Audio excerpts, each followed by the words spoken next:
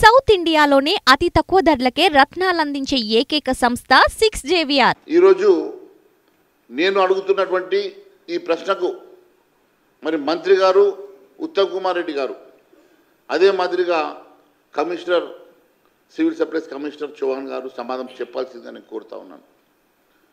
మరి అధికంగా జోకుతున్నటువంటి 10 నుంచి 12 కిలోలు అంటే ఒక క్వింటాల్కి 10 నుంచి 12 కిలోలు అంటే మీరు ధాన్యం కొనుగోలులో 10 నుంచి 12% అత్యధికంగా జోకుతున్నటువంటి ధాన్యం ఎవరి ఖాతాలోకి వెళ్తున్నది? ఈ రాష్ట్రంలో సంవత్సరానికి ఎన్ని లక్షల మెట్రిక్ టన్నులు ఈ ధాన్య కొనుగోలు జరుగుతూ ఉన్నది? నాకున్నటువంటి సమాచారం ప్రకారం 1,30,00,000 మెట్రిక్ టన్నుల ధాన్యం కొనుగోలు జరుగుతున్నది. అంటే 13,000 మెట్రిక్ టన్నులు మీరు అధికంగా జోకుతున్న మాట వాస్తవం కాదా? 10% పట్టుకున్నా అంటే దాదాపు 1,600 కోట్ల రూపాయల విలువైన ధాన్యానికి రసీదులు లేకుండా ఆ 1,600 కోట్ల రూపాయల రసీదు లేనటువంటి ధాన్యం డబ్బులు ఎవరి ఖాతాలోకి వెళ్తున్నాయి? మన BJP floor leader Maheshwar Reddy మా ఉత్తమ్ కుమార్ రెడ్డి గారి మంత్రి గారి మీద ఇప్పుడు బట్టగాల్చి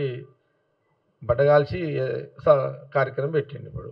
కానీ కొంత తెలంగాణ రైతులను కన్విన్స్ చేయడము, తెలంగాణ ప్రజలను కన్విన్స్ చేసే స్టేట్మెంట్లు వస్తున్నాయి. కాబట్టి ఉత్తమ్ కుమార్ రెడ్డి మినిస్టర్ గారే కొంత నేను మన మహేశ్వర్ రెడ్డి ఏదైతే బట్టగాలు చేస్తున్నాడు నా మీద, మరి ఒకసారి పార్టీ పరంగా వర్కింగ్ ప్రెసిడెంట్గా నువ్వు కూడా మాట్లాడితే బాగుంటుంది అని ఉత్తమ్ కుమార్ రెడ్డి మినిస్టర్ గారు నాకు చెప్పడం జరిగింది. అందుకోసమని నేను ఈ యొక్క ప్రెస్ మీట్లో ప్రధానంగా ప్రభుత్వము కాంగ్రెస్ గవర్నమెంట్ వచ్చిన కాడ నుంచి వర్షాలు పడ్డాయి, ధాన్యం తడిసింది.